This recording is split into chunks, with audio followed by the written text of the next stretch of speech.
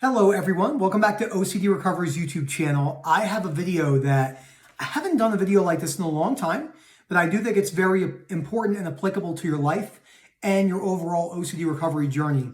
I think if this is wrong the majority of the time, because you won't get this right all the time, because that would mean perfection and we're fallible humans, but if you are swinging too much the other way, which is completely understandable when you're chronically suffering with whatever symptoms or hardships in your life, losing a loved one, parent, spouse, losing your house, losing your job. I understand why people fall into this, but it's important to realize that pulling yourself out and continuing forward and putting the work in is one of the most important aspects of life, facing hardships and ultimately stoicism and rational thinking, which leads you to much better places in your life and balance and moderation. So don't forget to subscribe, hit that like button, comment down below, let me know what you think about this video. This video, we always talk about the first book on the reading list or the Myth of Self-Esteem, but we don't talk about book number 4 a whole lot, which is Man's Search for Meaning by Viktor Frankl, a psychiatrist who went to Auschwitz and lost everyone, his entire family, and then left, was there for 3 years in and out of concentration camps or in straight. I don't know if he was in Auschwitz the whole time, I can't remember. And he created logotherapy and basically changed the lives of millions of people through his teachings from his hardships. So the 3 things I want to cover in this video are your mindset is keeping you stuck, why attitude and negativity are killers and instill low frustration tolerance, and the third one, perspective and gratitude. I understand why all of this can go to the side because the suffering can feel so convincing and real as it can get. So it's very easy to lose track of that. So I do understand why people do that. The first thing I want to talk about is why discipline is so important. Nothing in life is done without a large degree of discipline. Now, a lot of people think when someone's in the flow state or they're doing habits that there's no discipline necessary because they're just at that. That's just not true. Discipline is instilled in everyone's life who achieves anything substantial, whether that's to become more stoic, to build a better business, to be a better colleague, to be a better spouse, to work on your parenting skills, to decrease your anger outbursts. Will need consistent and constant discipline for the rest of your life, with understanding that you're a fallible human and you more than likely will slip up. Continuing to do the work. And continuing to do the work is something that many people don't do, including myself many times, falling off. I think the biggest thing that's not talked about enough, and we obviously talk about this in coaching and webinars, is people kind of get to this period where they've been disputing and moving with OCD for a long time, but what has actually happened is they're in this like intermediate phase. And what that looks like is they've read all the books, they've done exposures, but they really haven't gotten underneath their fear yet and embodied unconditional self-life, other acceptance, and stoicism as a perspective. And they kind of let those tools go to shit. And that's when things kind of start to creep back in again. Even in my favorite book by Dr. Albert Ellis, the book he wrote when he was 90, so I believe it came out in 2003, REBT, Can Work for Me, Can Work for You Too. He talked about how he had to continue practicing his own methodologies all the way up until he died with unconditional other acceptance.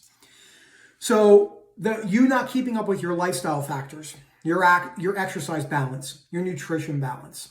And what I mean by that is no food is inherently good or bad in quantities, and balance is key. I'm going to make a whole separate video about compulsive eating because it's something I understand very well because of everything I went through. First, it's important to realize that viewing food as bad and good in entirety, as you view a human as good and bad, is not good. Creates long-lasting problematic psychological outlooks on food when that's not good for the human, especially an OCD sufferer. In moderation and learning how to balance and stuff like that is really important. And realizing you will get things wrong from time to time and kind of recorrecting that. Now, the second thing I want to talk about, which is the most important thing, when I was writing this down, I was thinking, what do I know this on a lot of my calls? What do I know this a lot in people I talk to in the WhatsApp groups and stuff like that? I got my minion cup. And that is attitude, negativity, and low frustration tolerance. Now, it's important to realize that humans are negative. They will be negative on law for the remainder of their lives. There's no such thing as a negative person or a positive person. There are only people who might be more positive in certain situations and people who might be more negative in certain situations. There's no such thing as a positive and or negative person, just like there's no such thing as a good or bad person. That can't be proven or falsified, so that's classified in the belief systems of irrational beliefs to rational thinking and stoicism, pieces of stoicism. So what are some of those low frustration belief systems that I hear all the time? This is a living hell. I can't stand it. This is terrible. I can't do it anymore. I can't recover. Those 5 and many others. I have said all of those thousands of times. I'm not perfect. I'm a fallible human just like you. But I had to realize that continually stating those over and over and over and over again wasn't actually adding anything to my recovery. It was taking from it. Now, the other thing I circled right here, which is super key, is you're not going to change in the moment. So just by changing your attitude and your belief system, you're not going to just feel better in the moment. That's not how OCD works. It might work for other people. Tony Robbins has talked about stuff where he's teaching people to change their physiology. That's great and all. It doesn't work for OCD. Never will work for chronic OCD. It's separate. It's important to realize that you're not like other people, not in a bad or good way, but you have something. You have a disorder, OCD. You are not OCD. Many people say to me, Nick, I'm OCD. There's no such thing. You're just a person with OCD. You're also a person that has eyes. Some people don't have eyes. You're a person with 2 arms. Some people have 1 arm, so forth and so forth. You're not just the thing that you attach your identity to. Until you break down those identities and realize that, as I posted on my Instagram the other night, be prepared to lose anything at a moment's notice. That's true stoicism, and I think it's very important to cover. So the negativity and the attitude are the killers of all ability to actually change, and that's super key to cover. Now, the third and last thing I want to talk about, which ties into the first book, Man's Search for Meaning, as I talked about, Viktor Frankl, is perspective and gratitude. Now, how are some practical ways that you can work on perspectives and gratitude? History is one of the most important topics on earth. Not because of being a know-it-all, but understanding about how lucky you are to live in this time period with most people. Of course, there's still tragedies, there's still atrocities, there's still tyranny, there's still also all sorts of other injustices to genocide and stuff in that nature. But it's important to realize that most people have it really good. I have it really good. I'm probably in the 1% of the 1% of the 1% of the 1% of the 1% of things I have going for me. I don't just mean money. I mean, like, I'm not even talking about money. I'm talking about I have the ability to walk, use my hands, vision. I have the ability to exercise. I have the ability to make goals and achieve them. I have the ability to think clearly. I have all these other things that if you just put me in the woods, I would still have a lot of these things. And there's many people that wouldn't have that. And that's super, super important. So looking at OCD from a past perspective is critical. Going all the way back to what would have probably happened. Rob made a very good voice note for the WhatsApp groups earlier today, talking about, if you were a female, talking about your fears in 500 AD, they'd probably kill you and burn you at the stake. No one probably knew. People lived 60, 70, 80, 90 years with chronic OCD, resorting to the bottle, resorting to, unfortunately, taking their own life and all these other things.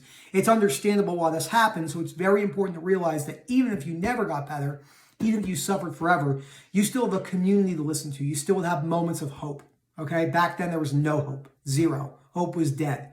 Not hope is in living your life. Hope is in getting better because no one would have known how to. And also important to realize that we have things that people would kill for. That goes back to the first point, so the time period, right? Let's do one right now. And gratitude can be overly used. Life is harsh and life is brutal.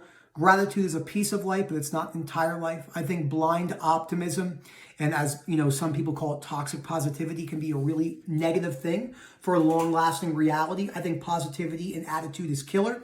I think amazing in that way. I think discipline and habits are amazing. I think compassion and empathy is amazing. I really had to work on those too. So always remember the things you're grateful for. And I'll just go through 3 right now. I got the ability to hike today and use my legs. I got the ability to go out for lunch with some of our friends, which was an amazing thing. Many people aren't going out to lunch or not even leaving their homes. And I have the ability to help educate and teach people about my journey as I'm doing right now. So thank you so much for watching. As always, please email phil@ocdrecovery.com if you're interested in any of our webinars coming up. We have a whole slew of them if you're interested in coaching. Thank you again, and as always, have a great day.